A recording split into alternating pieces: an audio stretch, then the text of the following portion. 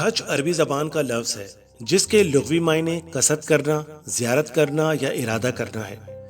ارادے سے مراد سفر کرنے کا ارادہ جو حج کی غرض سے دنیا بھر کے ہر رنگ و نسل کے مسلمان اختیار کرتے ہیں۔ حج 9 ہجری میں ہر ایک مسلمان مرد و عورت اور ہر بالغ پر فرض ہوا۔ حج اسلامی سال کے آخری مہینے ذی الحج میں ادا کیا جاتا ہے۔ یہ 8 ذی الحج کی صبح سے شروع ہوتا ہے اور مسلسل 5 دن تک جاری رہتا ہے۔ حج اسلام کے بنیادی ارکان میں سے ایک اہم ترین رکن ہے اور یہ ہر اس شخص پر زندگی میں ایک مرتبہ فرض ہے جو صاحب استطاعت ہو۔ قرآن کریم کے احکام اور اسلام کے بنیادی اہم رکن ہونے کے باوجود ایک دور ایسا بھی تھا جب بنگلہ دیش کے عازمین حج کو حج کی اجازت نہیں تھی، جبکہ بنگلہ دیش کے زیادہ تر لوگ دیندار مسلمان اور اسلام کے اصولوں پر سختی سے عمل پیرا ہونے کے ساتھ ساتھ حج پر جانے کی استطاعت بھی رکھتے تھے۔ لیکن ایسی کیا وجوہات تھیں جس کی وجہ سے بنگلہ دیشی عازمین حج کو سعودی عرب کی جانب سے پابندیوں کا سامنا کرنا پڑا؟ دوستوں، آج کی ویڈیو میں ہم آپ کو اس واقعے کی تفصیل بتائیں گے۔ اگر آپ ہمارے چینل پر نئے ہیں تو چینل کو سبسکرائب کریں اور بیل کے آئیکن کو پریس کریں تاکہ آئندہ آنے والی اس طرح کی معلوماتی ویڈیو کی نوٹیفیکیشن آپ کو ملتے رہیں۔ مغلیہ سلطنت میں عازمین حج سورت شہر سے حج کے سفر کا آغاز کیا کرتے تھے۔ اس کے بعد کراچی اور ممبئی کی بندرگاہوں سے بحری جہاز کے ذریعے سفر حج کا بھی آغاز ہو گیا۔ ہندوستان میں مغل سلطنت کے بانی شہنشاہ ظہیر الدین محمد بابر کی بیٹی شہزادی گلبدن بیگم نے آج سے تقریباً 450 سال قبل حج کے لیے مکہ اور مدینہ کے مقدس شہروں کا سفر کیا تھا۔ اس وقت گلبدن بیگم کی عمر 54 برس تھی اور وہ شاہی خاندان کی خواتین حاجیوں کے ایک گروپ کی قیادت کر رہی تھیں۔ وہ ہندوستان میں مغلیہ سلطنت کی پہلی خاتون تھیں جنہوں نے حج کیا۔ لیکن برصغیر پاک و ہند سے حج پر جانے کی تاریخ اس سے کہیں پرانی ہے۔ ہندوستان سے حج پر جانے کا آغاز دہلی سلطنت کے قیام کے بعد 1204 میں شروع ہوا۔ اس وقت بنگال میں مسلمانوں کی حکومت کا قیام عمل میں آیا تھا۔ دہلی سلطنت کے دور سے ہی چٹاگانگ بندرگاہ سے بحری جہازوں کے ذریعے حج کے مسافروں کو لے جانے کی تاریخ موجود ہے۔ جدید سہولتیں نہ ہونے کی وجہ سے حج کا سفر اتنا آسان نہ تھا۔ یہ سفر کافی مشکل اور وقت طلب تھا۔ بعض اوقات موسمی حالات اس قدر خراب ہو جاتے تھے کہ حجاج اپنی جان پر کھیل کر یہ سفر 3 سے 4 ماہ میں مکمل کرتے تھے۔ سن 1947 میں برصغیر کی تقسیم اور انڈیا پاکستان کے قیام کے بعد سمندر کے ذریعے حج مسافروں کی نقل و حمل کا باضابطہ انتظام چٹاگانگ بندرگاہ سے کیا گیا۔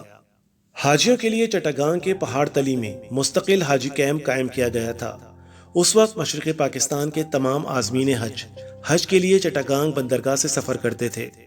چند خوشحال لوگ حج کے لیے ڈھاکہ سے کراچی جاتے اور پھر وہاں سے حج کے لیے سفر کرتے تھے۔ مشرقی پاکستان کے آخری دور میں بھی حاجیوں کو چٹاگانگ سے جدہ پہنچانے کے لیے 2 جہازوں پر مشتمل قافلہ روانہ ہوتا تھا۔ پہلا قافلہ عید کے 7 دن بعد نکلتا تھا، اس لیے مشرقی پاکستان کے زائرین عید کے بعد چٹاگانگ کے پہاڑ تلی جاتے اور کیمپوں میں قیام کرتے تھے۔ 2 بحری جہازوں میں تقریباً 2600 حج مسافروں کو لے جایا جاتا تھا۔ اس کام کے لیے اس وقت 2 بحری جہاز وقف تھے جن کا نام سفینۃ العرب اور سفینہ عرفات تھا۔ عازمین حج کو کراچی سے جدہ لے جانے کے لیے اخبارات میں اشتہارات بھی دیے جاتے تھے اور اورینٹ ایئر ویز کا ایک ایسا ہی اشتہار جس میں لکھا گیا تھا کہ اورینٹ کی تیز رفتار اور آرام دہ پرواز کے ذریعے کراچی سے جدہ پہنچنے میں صرف 9 گھنٹے لگتے ہیں۔ کرایہ 1150 روپے ہے۔ حج پر جانے کا یہ خوبصورت نظام چٹاگانگ بندرگاہ پر سن 1970 تک برقرار رہا۔ اس وقت ڈیک اور 3rd کلاس کا کرایہ 1919 روپے تھا۔ اگر آپ جہاز پر 2nd کلاس میں سفر کریں گے تو کل خرچہ 4500 روپے تھا، جبکہ 1st کلاس کا کل خرچہ 7000 روپے سے زیادہ تھا۔ 1970 کے بعد خطے کی سیاست میں کچھ ایسے حالات اور واقعات رونما ہوئے جو مشرقی پاکستان اور مغربی پاکستان میں علیحدگی کا سبب بنے۔ 1971 میں مشرقی پاکستان ملک سے علیحدہ ہو کر بنگلہ دیش بن گیا اور مغربی پاکستان صرف پاکستان کہلانے لگا۔ 9 ماہ کی جنگ کے بعد بنگلہ دیش کی پاکستان سے آزادی کے بعد حج کے حوالے سے ایک مختلف صورتحال سامنے آئی جب سعودی عرب نے بنگلہ دیش کو تسلیم کرنے سے انکار کر دیا اور بنگلہ دیشی شہریوں کو انڈین پاسپورٹ پر حج کرنا پڑا۔ سعودی عرب کے ساتھ پاکستان کے سفارتی تعلقات بہت گہرے تھے۔ سعودی عرب اس حقیقت کو قبول نہیں کر سکتا تھا کہ بنگلہ دیش پاکستان سے آزادی حاصل کرنے کے بعد ایک آزاد ریاست کے طور پر قائم ہو چکا ہے۔ نتیجتاً آزادی کے فوراً بعد اس وقت کے بنگلہ دیشیوں کو انڈین پاسپورٹ کے ساتھ حج پر جانا پڑا۔ حج کے مسافروں کو چٹاگانگ بندرگاہ سے انڈیا کے محمدی جہازوں پر منتقل کیا جاتا تھا۔ دوسرا راستہ یہ تھا کہ قرآن اندازی کے ذریعے 3000 عازمین حج کا انتخاب کر کے ڈھاکہ سے ہوائی جہاز کے ذریعے روانہ کیا جائے۔ انڈین بحری جہاز کافی پرانا اور کمزور تھا، نتیجتاً یہ سمندری سفر کے لیے موزوں نہیں تھا۔ اس لیے سن 1977 میں بنگلہ دیشی حکومت نے ایک بحری جہاز خریدا جس کا نام حزب بہار رکھا گیا۔ اس کے بعد ڈھاکہ سے حج پروازوں میں بتدریج اضافہ ہوا اور یہاں سے مختلف انتظامی کام شروع کیے گئے۔ سپٹمبر 1972 میں شیخ مجیب کی جانب سے سعودی بادشاہ شاہ فیصل کو ایک ٹیلی گرام بھیجا گیا۔ اس ٹیلی گرام میں بنگلہ دیش کے مسلمانوں کو حج کی اجازت دینے کی عرضی پیش کی گئی۔ اس وقت یہ خبر مختلف اخبارات میں چھپی تھی۔ شیخ مجیب نے خط میں لکھا کہ بنگلہ دیش کے زیادہ تر لوگ دیندار مسلمان ہیں اور وہ اسلام کے اصولوں پر سختی سے عمل پیرا ہیں۔ اگر آپ کی حکومت کسی افسر کو ویزا دینے کے لیے بھیجنا چاہے تو اس کا خیر مقدم کیا جائے گا اور تمام سہولت فراہم کی جائے گی۔ سن 1973 میں شیخ مجیب افریقی ملک الجزائر میں منعقد ہونے والی کانفرنس میں شامل ہوئے۔ اس وقت تک پاکستان اور چین کے ساتھ ساتھ سعودی عرب اور لیبیا نے بھی بنگلہ دیش کو ایک خود مختار آزاد ملک کے طور پر تسلیم نہیں کیا تھا۔ الجزائر پہنچ کر شیخ مجیب الرحمن نے کرنل قذافی اور سعودی شاہ فیصل سے ملاقات میں دلچسپی ظاہر کی۔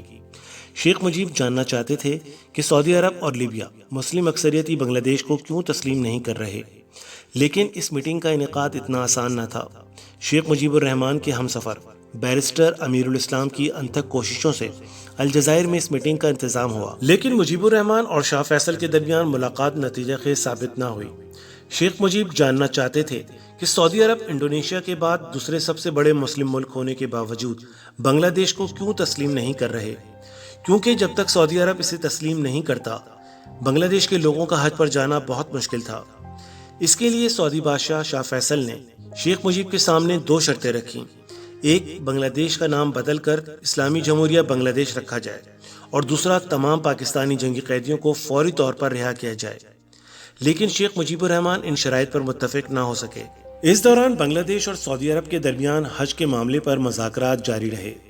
پاکستان کے اندرونی سیاسی حالات اور مسلم ممالک کی جانب سے ڈالے جانے والے دباؤ کی وجہ سے وزیر اعظم پاکستان ذوالفقار علی بھٹو اور سعودی عرب سمیت دیگر اسلامی ممالک نے پاکستان کے ساتھ 22 فروری 1974 کو لاہور میں اسلامی سربراہی کانفرنس کے موقع پر بنگلہ دیش کو ایک آزاد اور خود مختار ملک کے طور پر تسلیم کر لیا۔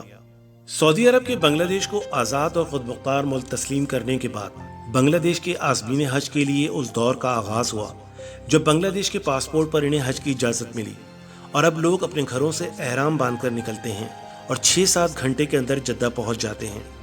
سعودی عرب کے دارالحکومت ریاض میں بنگلہ دیش کے سفارت خانے کی ویب سائٹ پر شیخ مجیب الرحمن اور شاہ فیصل کی تصویر کے ساتھ لکھا گیا ہے کہ اس ملاقات کے بعد بنگلہ دیشیوں کو حج کی اجازت دے دی گئی۔ چونکہ سعودی عرب نے تقریباً 2 سال تک آزاد بنگلہ دیش کو تسلیم نہیں کیا تھا، کیا آپ نے کبھی اس حقیقت کے بارے میں سوچا ہے کہ وہاں کے متقی مسلمان اس دوران حج کی ادائیگی سے محروم تھے؟ کیا حج کی ادائیگی کی راہ میں رکاوٹیں کھڑی کرنا جائز تھا؟ دنیا بھر کے مسلمانوں کو خانہ کعبہ میں نماز ادا کرنے کا حق حاصل ہے۔ اس وقت کے ہزاروں بنگالی مسلمانوں کو ہندوستانی پاسپورٹ پر حج کیوں کرنا پڑتا تھا؟ کیا سعودی عرب کا یہ اقدام درست تھا یا غلط؟ کمنٹ باکس میں اپنی رائے کا اظہار ضرور کیجیے۔ ویڈیو کو آخر تک دیکھنے کا شکریہ۔ امید کرتا ہوں ویڈیو آپ کو پسند آئی ہوگی۔ اگر آپ کو ویڈیو پسند آئی ہے تو ویڈیو کو لائک کیجیے، شیئر کیجیے اور کمنٹ کیجیے، اور چینل کو سبسکرائب کیجیے۔ بیل کے آئیکن کو پریس کیجیے تاکہ آئندہ اس طرح کی معلوماتی ویڈیو کی نوٹیفیکیشن آپ کو ملتے رہیں۔ انشاءاللہ پھر کسی نئی ویڈیو کے ساتھ حاضر ہوں گے، تب تک کے لیے اللہ حافظ۔